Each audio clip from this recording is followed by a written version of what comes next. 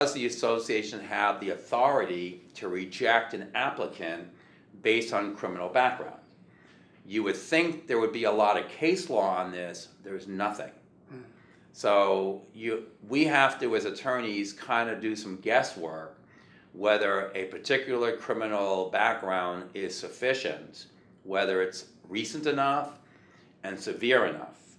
And a lot of documents simply talk about the right of approval and to request information as reasonably required of the board.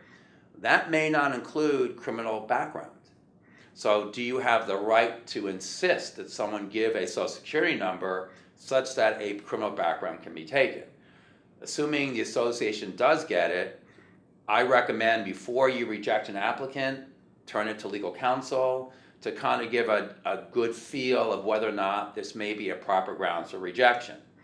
There has been a lot of discussion in the fair housing area as to whether certain groups of society are more prone to be arrested more prone to be convicted.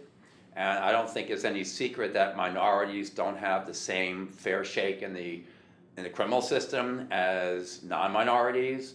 So there's called disparate impact. If you have a policy of saying, for this kind of crime, we're going to reject, but someone who's applying is a minority, that may have more prone to have that background. So it's creating a little bit of uncertainty. To what extent can you use criminal background? Assuming your documents give you the leeway to do it, I like to see something egregious. I try to be consistent, so we're treating every group of society the same. But recognize, I don't think arrests are probably enough. I think convictions, they have to be somewhat recent and somewhat severe. Like marijuana conviction from 20 years ago, that's not going to win. Is it one that's more recent in its possession? Probably not. I know the board's trying to balance protection of the people in the community against criminals that may be prone to do it again.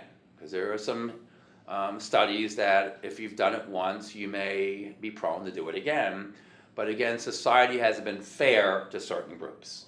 So it's an area where we have to touch and feel.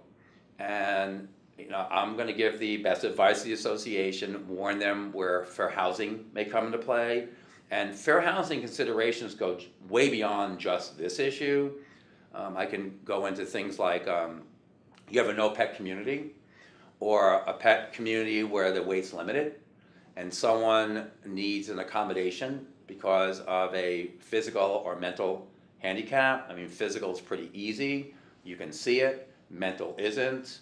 And there are some associations that are unhappy with having to make exceptions, but fair housing is an issue.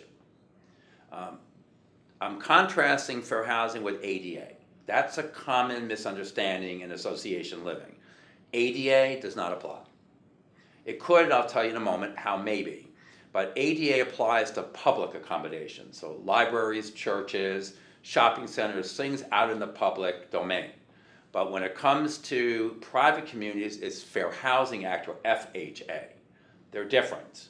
Whereas you have the cute little dog with the red scarf that walks into public places, well, that's great in public, but that isn't enough in individual HOA and condo housing settings. So I would say I'm asked fair housing accommodation questions weekly, for sure, amending documents quite a bit, and when we can say yes and no on a lease application seems to be more and more. I think some of the advent of Airbnb and other types of short-term vacation rental placement, where people are advertising on those sites for weekly, daily rentals when the minimum term in the documents is 3 months or 6 months.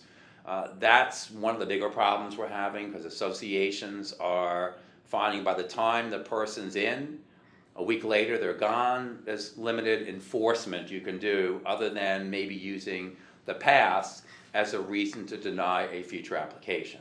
I know I jumped around a lot on for housing, but there's quite a bit that comes into association operations.